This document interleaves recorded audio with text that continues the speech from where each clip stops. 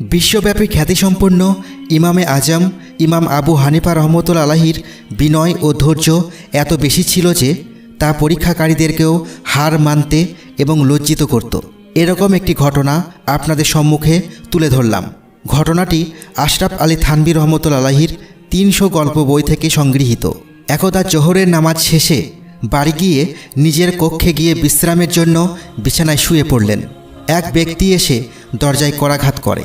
আপনি আন্দাজ করুন, যদি রাত্রিটি বিনিদ্র কাটিয়ে দিনেও ব্যতিব্যস্ত থেকে সবেমাত্র গা এলিয়েছেন, এমন সময় কেউ আসলে কত অপছন্দ হওয়ার কথা। তা সত্ত্বেও ইমাম সাহেব বিছানা ছেড়ে সিঁড়ি বেয়ে নিচে এসে দরজা খুলে দেখলেন এক লোক দাঁড়ানো। আবু হানিফা জিজ্ঞেস করলেন, কেন এসেছেন? উত্তরে লোকটি বললেন, একটি মাসালা জানা দরকার। দেখুন, এতক্ষণে ইমাম সাহেব মাসালা বলে দেওয়ার জন্য বসেছিলেন, সেখানে মাসালা জিজ্ঞেস না করে অসময়ে পেরেশান করার জন্য এখানে আসলেন।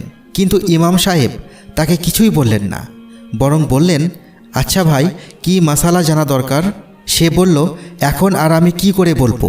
আসার সময় মনে ছিল, মাসালাটি এই মুহূর্তে ভুলে গেলাম, স্মরণে আসছে না, কি জিজ্ঞেস করব? আবু হানিফা বললেন, আচ্ছা, যখন মনে পড়ে তখন জেনে নিও। তিনি তাকে ভালো মন্দ আর কিছু বললেন না। কোনো রাগ ধমক ব্যতি রেখে চুপচাপ উপরের কক্ষে চলে যান। ক্লান্ত শ্রান্ত দেহটা পুনরায় বিছানায় রেখে তন্দ্রাভাব এসেছে মাত্র। দ্বিতীয়বার দরজা থেকে আওয়াজ কানে আসতেই শয়নগা ত্যাগ সরে নিচে নেমে এসে দরজা খুলতেই সেই লোকটিকে দেখলেন দাঁড়িয়ে আছে। ইমাম আবু হানিফা তাকে জিজ্ঞেস করলেন, কি বিষয়? সে বলল, হজরত, ওই মাসালা আমার স্মরণ হয়েছিল। তিনি বললেন, আচ্ছা বলো তাহলে। সে বলল, এই মাত্র মনে ছিল, আপনি অর্ধেক সিঁড়ি পর্যন্ত আসলেই আবার ভুলে গেছি মাসালাটি। যদি সাধারণ মানুষ হতেন তবে মেজাজের কি দশাই না হতো, কিন্তু ইমাম আবু হানিফা নিজেকে মিটিয়ে দিয়েছেন, তাই বললেন, আচ্ছা ভাই, যখন মনে আসে জিজ্ঞেস করে নিবে। এই কথা বলে উপরে উঠে গিয়ে বিছানায় শুয়ে পড়লেন। নিদ্রা যেতেই পুনরায় দরজায় করাঘাত। খটখট শব্দ শুনে ঘুম বাদ দিয়ে নিচে নেমে দরজা খুললেন। দরজার পাশে ওই ব্যক্তিটি দাঁড়ানো দেখে কারণ জানতে চাইলেন। লোকটি বলল, হজরত, ওই মাসালা মনে পড়েছে। ইমাম আবু হানিফা বললেন, কি মাসালা?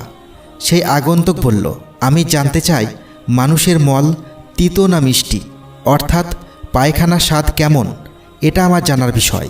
চিন্তা করুন, অন্য কোনো মানুষ হলে হয়রানি করার উচিত শিক্ষা দিয়ে ছাড়তেন, কিন্তু ইমাম আবু হানিফা অত্যন্ত শান্তভাবে উত্তর দিলেন, যদি মানুষের মল তাজা হয় তবে কিছুটা মিষ্টি ভাব থাকে, আর শুকিয়ে গেলে তিতো হয়ে যায়।